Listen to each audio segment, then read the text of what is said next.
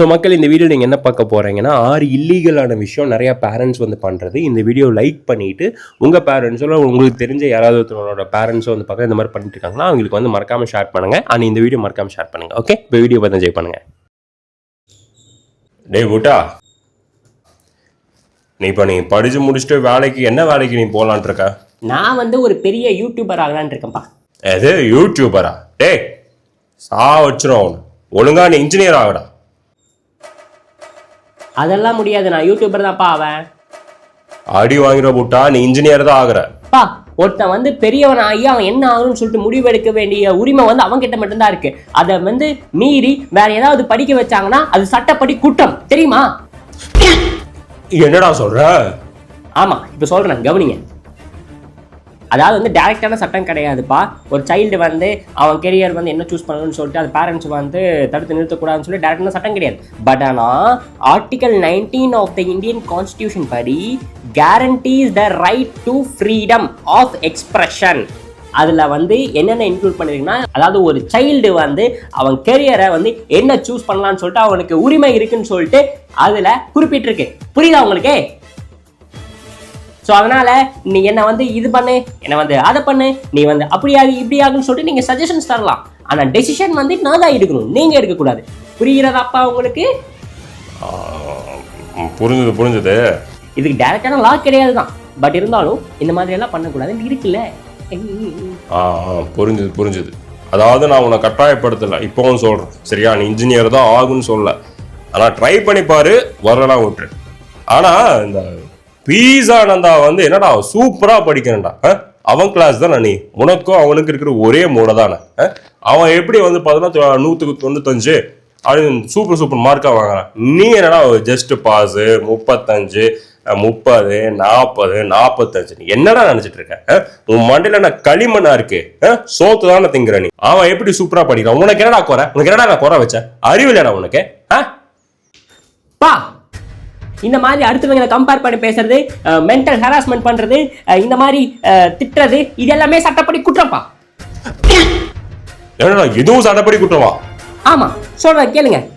Juvenile Justice Act 2015 Section 75 படி mentally or emotionally hurting a child punishable up to 3 years imprisonment.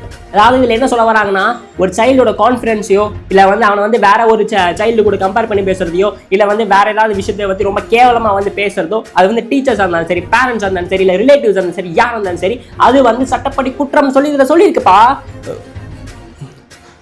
இதுக்கு direct லாவே இருக்கும். அதுக்காக நான் உங்களை திட்ட வேணாம் சொல்லலாம், நீங்கள் தாராளமாக திட்டலாம், ஏன்னா நீங்கள் என்னோட அப்பா. பட் இருந்தாலும் அடுத்தவங்களை கம்பேர் பண்ணி பேசாதீங்க. அது எவ்வளோ வலிக்கும் தெரியுமா எனக்கு? இப்போ அவன் வந்து படிப்பு நல்லா பண்ணுறான்னா என்ன மாதிரி அவன் வீடியோ எடுப்பானா, என்ன மாதிரி அவன் நடிப்பானா, என்ன மாதிரி அவன் பேசுவானா, என்ன மாதிரி அவன் அராஜகம் பண்ணுவானா, என்ன மாதிரி நாட்டியா இருப்பானா, இதெல்லாம் நான் முடியுமா? முடியாது. அவனுக்கு அது திறமைனா எனக்கு இதுதான் திறமை. அதனால தான் நான் சொல்கிறேன், கம்பேர் பண்ணி பேசக்கூடாதுப்பா. மற்றபடி நீங்கள் திட்டலாம் திட்டிக்கலாம். இது சட்டப்படி குற்றமா இல்லையா அப்படிங்கிறதெல்லாம் நம்ம செகண்டரி. பட் ஆனால் பேசிக்காவே ஒருத்தங்க வந்து இன்னொருத்தங்க கம்பேர் பண்ணி பேசக்கூடாது. எனக்கு வர்றது அவனுக்கு வராது, அவனுக்கு வர்றது எனக்கு வராது. புரியுதா? புரிஞ்சுது. சாரி. இதுக்கப்புறம் நான் உன்னை கம்பேர் பண்ணி பேச மாட்டேன். A few moments later. முட்டா, இது நம்ம அடுத்த மாதம் ஒரு பிஸ்னஸ் ஸ்டார்ட் பண்ண போகிறோம், ஒரு கெஃபே மாதிரி. அதில் வந்து நீ ஈவினிங் ஸ்கூல்லாம் முடிச்சுட்டு வந்ததுக்கப்புறம் ஒரு 1 or 2 hours மட்டும் கொஞ்சம் ஒர்க்கை நீ வந்து பண்ணு, சரியா? உனக்கு பிஸ்னஸ்க்குமே வந்து யூஸ்ஃபுல்லாக இருக்கும். ஒரு சில்ட்ரனை வேலை செய்ய வைக்கிறது சட்டப்படி குற்றம். அது தன்னோட சொந்த வேலையா இருந்தாலும் சரி, எந்த வேலையா இருந்தாலும் சரி, ஒரு சைல்ட வேலை செய்ய வைக்கிறது சட்டப்படி குற்றம். அந்த ஈர வெங்காயம் எனக்கும் தெரியும். அது எத்தனை வயசுக்குள்ள இருக்கிற பசங்களுக்கு வந்து அந்த மாதிரி வேலைக்கு கூப்பிட்டு போகக்கூடாது, நல்லா பாரு. 14 வயசு இருக்கிற சில்ட்ரனை வந்து சைல்டை வந்து வேலை செய்ய வைக்கிறது சட்டப்படி குற்றம். 14. உனக்கு எவ்வளோ வயசு? 16. இந்த 14 வயசுலேருந்து 18 வயசுல இருக்கிற குழந்தைங்களுமே வந்து பார்த்துட்டிங்கன்னா இந்த கெமிக்கல் ஒர்க்கு, ஃபேக்ட்ரி ஒர்க்கு, இந்த மாதிரி ரொம்ப அவங்க உடம்புக்கு பாதிப்புக்கு தரக்கூடிய ஒர்க்கில் மட்டும்தான் அவங்கள வந்து செய்ய வைக்கக்கூடாது. மற்றபடி இந்த மாதிரி நார்மலான ஒர்க்ஸ்லாம் வந்து செய்ய வைக்கலாம். நல்லா தெரிஞ்சுக்கோ. சரிப்பா. A few moments later. புட்டா நாளைக்கு வந்து கோயிலுக்கு போகிறோம் ஃபேமிலியாக, நீ எப்படி கூப்பிட்டா வரமாட்டேன். நான் வேணா உன்னை வீட்டுக்குள்ளே விட்டுட்டு லாக் பண்ணிட்டு போயிட்டுமா? பா, ஒரு சைல்டை வந்து வீட்டுக்குள்ள பூட்டி வச்சுட்டு வெளியே போறதுங்கிறது சட்டப்படி குற்றம். அது உங்களுக்கு தெரியுமா? ஏன்ப்பா இது எல்லாமே சட்டத்துக்கு அகைன்ஸ்டாவே இன்னைக்கு வந்து பேசிக்கிட்டு இருக்கீங்க? டே ஆகாவளி நாயே, அது ரொம்ப ரொம்ப சின்ன பசங்களுக்கு தான் அப்படி பண்ணக்கூடாது. நல்லா பாரு. அப்படியா? இருங்க. Leaving 5 year or 6 year old alone. ஆமாம். ஓ, இது ரொம்ப சின்ன பசங்களுக்கா? எனக்கு இல்லையா? உனக்கு 16 வயசு, நல்லா எருமை மாடு மாதிரி இருக்க. உன்னை லாக் பண்ணி வச்சாலும் ஒன்று தான், இல்லை நான் வந்து திறந்து விட்டுட்டே போகிறேன், நீ போய் எங்கேயாவது போய் விளையாண்டுட்டு நீ சேஃபாக வீட்டுக்கு வா. அப்படி இல்லையா நீயே லாக் பண்ணிட்டு வீட்டில் உட்காரு. பட் இருந்தாலும் பொதுவாக மக்களுக்காக சொன்னப்பா. அவங்களுக்கு வேலைக்காக வந்து பார்த்துட்டிங்கன்னா ஒரு சில குழந்தைங்கள ஒரு 5 வயசு 6 வயசு 7 வயசு 8 வயசு இந்த மாதிரி இருக்கிற குழந்தைங்களெல்லாம் வந்து வீட்டுக்குள்ளே பூட்டி வச்சுட்டு போயிடுவாங்க.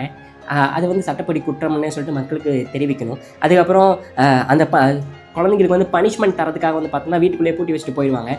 அதுவுமே வந்து சட்டப்படி குற்றம் அப்படிங்கிறது வந்து. ஆமாம், அது கரெக்டு தான். ரொம்ப ரொம்ப சின்ன குழந்தைங்களெல்லாம் வந்து பார்த்துட்டுன்னா வீட்டுக்குள்ளெல்லாம் விட்டுட்டு லாக் பண்ணிட்டு போகக்கூடாது. அதெல்லாம் தப்பு தான். அதெல்லாம் நான் பண்ணதே கிடையாது. அப்பா, நான் ரொம்ப சின்ன பையனாக இருக்கும்போதே நான் பயமுறுத்தி சாப்பிட வைக்கணுங்களுக்காக போலீஸ் வந்து பிடிச்சிட்டு போயிடுவாங்க, உன்னை வந்து கடத்திட்டு போயிடுவாங்க சாப்பிட்லான்னு சொல்லிட்டு அப்படின்னு சொல்லிட்டு நீங்களும் அம்மாவும் வந்து என்னை பயமுறுத்திருக்கீங்களே. ஆமாம், ஏன்? அது வந்து சட்டப்படி குற்றம் தான். என்னடா சொல்ற? ஆமாம். Juvenile Justice Act Section 75 causing mental suffering to a child even through fear or threats is a punishable offense அப்படின்னு சொல்லி தெளிவாக போட்டிருக்கப்பா. இப்போ என்னன்னா இந்த மாதிரி வந்து சின்ன பசங்களை வந்து பார்த்தோன்னா சின்ன பொண்ணுங்களை வந்து பார்த்தோன்னா போலீஸ் வந்து பிடிச்சிட்டு போயிடுவாங்க அப்படின்னு சொல்லிட்டு பயமுறுத்தும் போது அவங்களுக்கு என்ன ஆகும்னா போலீஸை பார்த்து பயம் வர ஏற்படும்பா. அவங்க ஒரு 15 வயசு 18 வயசு தாண்டும் போது வந்து பார்த்தோன்னா அவங்க ரொம்ப பயப்பட ஸ்டார்ட் பண்ணுவாங்க. ஆக்சுவலி போலீஸை பார்த்து நம்ம பயப்படவே கூடாது. ஏன்னா இப்போ போலீஸ் நம்ம என்ன தப்பாக பண்ணோம் பயப்படுறதுக்கு அவங்கள பார்த்து நம்ம ஏன் பயப்படணும்? பயப்படவே கூடாது. அதே மாதிரி பெரிய மீசை வச்சுருந்தா அவங்க வந்து உங்களுக்கு பிடிச்சிட்டு போடுவாங்கன்னு சொல்லிட்டு இது பண்ணி வைக்கிறது, பயமுறுத்தி விடுறது. அது வந்து பார்த்தோன்னா கொஞ்ச நாள் கழிச்சு பெரிய மீசை வச்சிருந்தாவே நம்மளுக்குலாம் பயமாக இருக்குது. ஐயோ இங்கே வந்து நம்ம கடத்திடுவாங்களோ, இங்கே வந்து நம்ம அடிச்சிருவாங்களோ, இல்லை வந்து எதாவது பண்ணிடுவாங்களோன்னு சொல்லிட்டு பயமாக இருக்குது. ஆக்சுவலாக இங்கே ஸ்டைலுக்காக வச்சுருக்காங்க, லைக் சிங்கம் சூர்யா மாதிரி. அப்புறம் இந்த கருப்பாக்கிறவங்கலாம் வந்து உன்னை தூக்கிட்டு போயிடுவாங்க, பூச்சாண்டியாக மாற்றி விட்டுருவாங்க சொல்லிட்டு பயமுறுத்தி வைக்கிறது. இதெல்லாம் வந்து சட்டப்படி குற்றம்ப்பா. இதெல்லாம் நீங்கள் பண்ணியிருக்கவே கூடாது. தப்பு தான். இதுக்கப்புறம் எனக்கு தெரிஞ்சவங்ககிட்ட நான் சொல்லிடுறேன், சரியா? Sorry. And last 6th illegal point வந்து நான் உங்களுக்கு சொல்கிற மக்களே. இப்போ வந்து நிறைய பேரண்ட்ஸ் வந்து பார்த்தோன்னா என்னோட குழந்தைங்களோட வீடியோஸ் ஃபோட்டோஸ் எல்லாம் எடுத்து சோஷியல் மீடியாவில் அப்லோட் பண்ணுறாங்க. ஆக்சுவலாக சட்டப்படி குற்றம்லாம் கிடையாது. பட் என்னதான் அது குழந்தையாக இருந்தாலும் அவங்களுக்கு வந்து அதில் விருப்பம் இருந்தால் மட்டும்தான் நம்ம வந்து அப்லோட் பண்ணணும். விருப்பம் இல்லாமல் நம்ம வந்து அப்லோட் பண்ணக்கூடாது அப்படிங்கிறது தான் இந்த லா வந்து சொல்லுது. அதாவது அவங்களோட ஃபேஸவோ வாய்ஸவோ அவங்களோட மூஞ்சியவோ இல்லை வாய்ஸவோ இல்லை அவங்க பண்ணுற எமோஷன்ஸோ அவங்க ஃபேஸில் கொடுக்குற எமோஷன்ஸோ இல்லை ஏதாவது அவங்களுக்கு பிடிக்காத ஒரு விஷயத்த வந்து சோஷியல் மீடியாவில் அப்லோட் பண்ணுறது இட் இஸ் இல்லீகல் வயலேஷன் அப்படிங்கிற மாதிரி சொல்கிறாங்க. இந்த மாதிரி நிறையா இல்லீகலான விஷயம் பேரண்ட்ஸ்க்கும் இருக்குது, டீச்சர்ஸ்க்கும் இருக்குது. இதிலே வந்து பார்ட் 2 பார்ட் 3 வேணும்னா சொல்லுங்கள், போட்டுருவோம். அந்த வீடியோ மறக்காம லைக் பண்ணிடுங்க மக்களே, கமெண்ட் பண்ணுங்கள். ஸோ தேங்க்ஸ் ஃபார் வாட்சிங். சப்ஸ்கிரைப் பண்ணிடுங்க மக்களே. அப்புறம் பாய், டேக் கேர். அடுத்த வீடியோவில் சந்திப்போம்.